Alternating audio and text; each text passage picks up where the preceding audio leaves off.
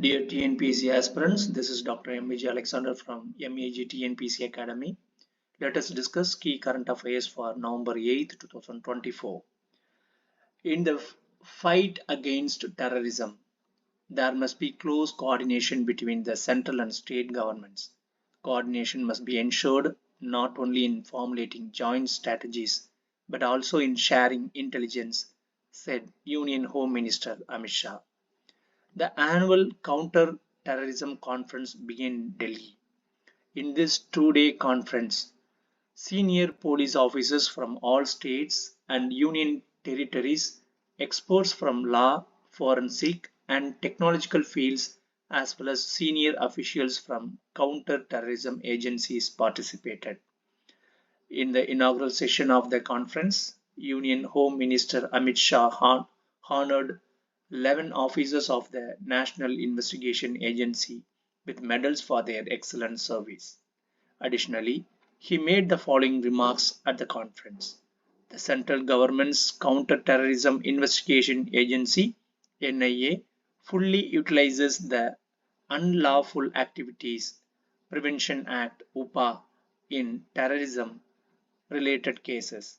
As a result, 632 cases have been registered, 498 charges sheets filed, and nearly 95% of the cases have resulted in convictions.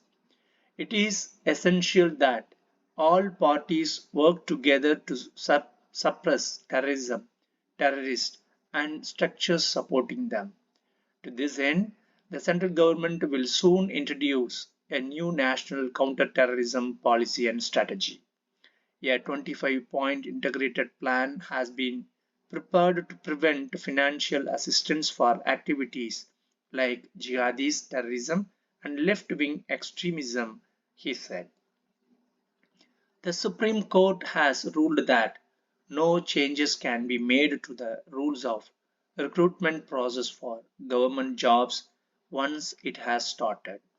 The government recruitment process begins with advertisements for a specific job and concludes when the position is filled.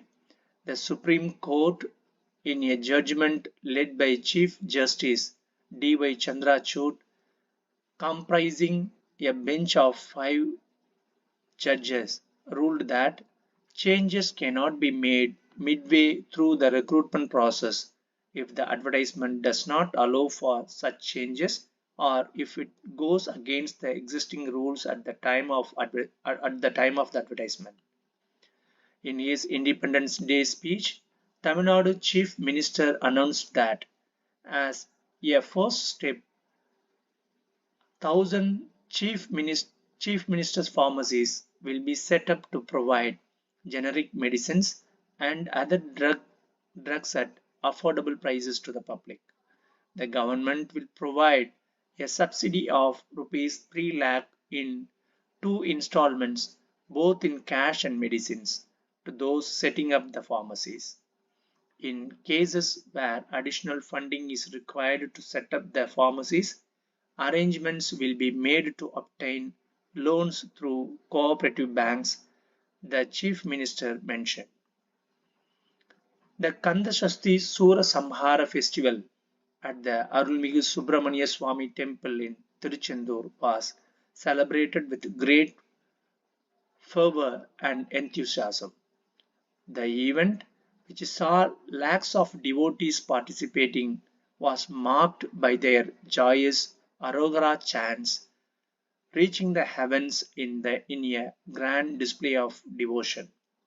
The festival was conducted with much fanfare and was a major religious occasion for the devotees. Former professor of the University of Chennai, M. Selvarajan, is set to be awarded the Kalaignar Karunanidhi Semmozhi Tamil Award. This prestigious award includes a cash prize of rupees 10 lakh, a certificate of appreciation, and a bronze statue of former Chief Minister Karunanidhi. The Kalaignar M. Karunanidhi Semmozhi Tamil Research Foundation, established in 2008, has been awarding scholars of Tamil literature every year. M. Selvarajan has written several notable books, including Kurukku Nedukku, இலக்கிய மெல்லுரை, நல்லோர் குரல்கள், Bharatidasan, a revolutionary poet, and Bharatidasan, a perspective. Donald Trump has been re-elected as the President of the United States after a 4-year gap. Not only has he achieved this, but he also becomes the first Republican candidate since George W. Bush in 2004 to win the presidency with a majority of the popular vote. This marks a significant moment in US political history as Trump secures his second term, solidifying his place as a prominent figure in American politics. The Supreme Court has stated that a sexual assault case cannot be withdrawn due to a settlement between the victim and the accused. The court emphasized that such cases must be pursued irrespective of any reconciliation or compromise between the parties involved. This ruling underscores the importance of upholding justice in cases of sexual harassment and assault, regardless of private settlements. India has held its first ever bilateral talks with the Taliban's defense minister, Mohammad Yaqub Mujahid, who is currently in power in Afghanistan. The Taliban took control of Afghanistan after US troops withdrew in 2021. India, which has not officially recognized the Taliban's government, is looking to resume diplomatic relations with Afghanistan.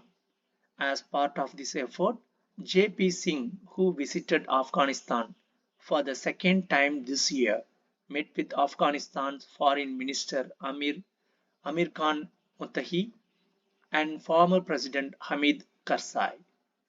Despite not formally recognizing the Taliban's rule, these meetings signify India's willingness to provide humanitarian aid to Afghanistan and support reconstruction efforts in the country, according to an Afghan official.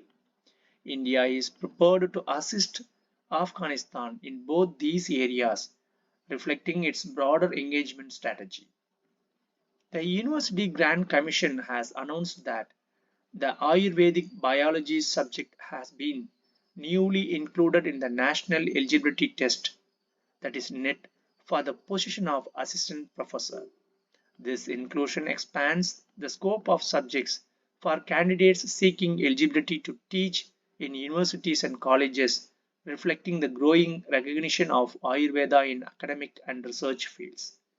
Prime Minister Narendra Modi has stated that the implementation of the One Rank One Pension scheme for retired military personnel is a way for the country to express its gratitude to its heroes. The promise to introduce the One Rank One Pension scheme was made during the 2014 Lok Sabha election, and it was fulfilled on November 7th of that year. The Modi government decided to implement the scheme through a government order issued on November 7, 2015, ensuring that retired military personnel receive equal pension for the same rank irrespective of when they retired. India has decided to further increase the import of urad dal, that is black gram, and tar dal, pigeon pea from Brazil. Over the past few years, India has steadily increased the import of these pulses from Brazil. In 2023, India imported 4,102 tons of pulses, and by October 2024, the import figure had reached 22,000 tons. Due to the damage to the groundnut crop in the previous season, a duty-free import was allowed. Additionally, Australia has expanded its area for growing chickpeas specifically to export to India, which is noteworthy in the context of ensuring the supply of pulses to meet India's demand. The online retail platforms, Amazon and Flipkart, are prominent e-commerce companies. These platforms facilitate the sale of a wide range of products, including electronics, clothing, groceries, and more, and are among the most popular in India and globally. Puri beach is located in the state of Odisha, that is Orissa in India. It is a famous tourist destination known for its scenic beauty, cultural significance, and religious importance. Puri is also home to the renowned Jagannath temple, making the beach a popular spot for both pilgrims and tourists. At the Supreme Court complex in Delhi, Chief Justice of India D.Y. Chandrachud interacted with an artificial intelligence technology that features his own likeness, which was recently introduced at the National Judicial Museum and Document Repository. The first integrated border outpost has been inaugurated at the India-Bhutan border in the Daranga region of Assam. The border outpost was opened by Assam Governor Lakshman Acharya in the presence of Bhutan's Prime Minister Shering Dabgay. With the establishment of this new border outpost, it is expected that bilateral relations with the neighboring countries will be strengthened and the tourism sector will experience significant growth due to improved connectivity and cooperation between the India and Bhutan. In the third round of the Chennai Grand Masters Chess Tournament, Arjun Erikaisi won his match and advanced to the second position in the world ranking. Five teams, including startup groups from VIT Vellore and IIT Chennai, were recognized in Denmark for providing innovative solutions to the global water crisis. These teams were acknowledged for their contributions to addressing critical water issues.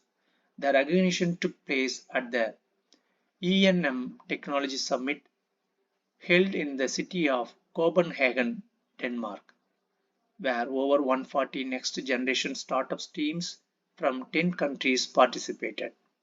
Israel's parliament has approved a bill that allows the country to deport family members of terrorists living in their territories. The law gives the government authority to deport individuals who express support for militant groups even if they are not directly involved in terrorist activities. This bill was introduced by Prime Minister Benjamin Netanyahu, Likud Party, along with its far-right coalition partners.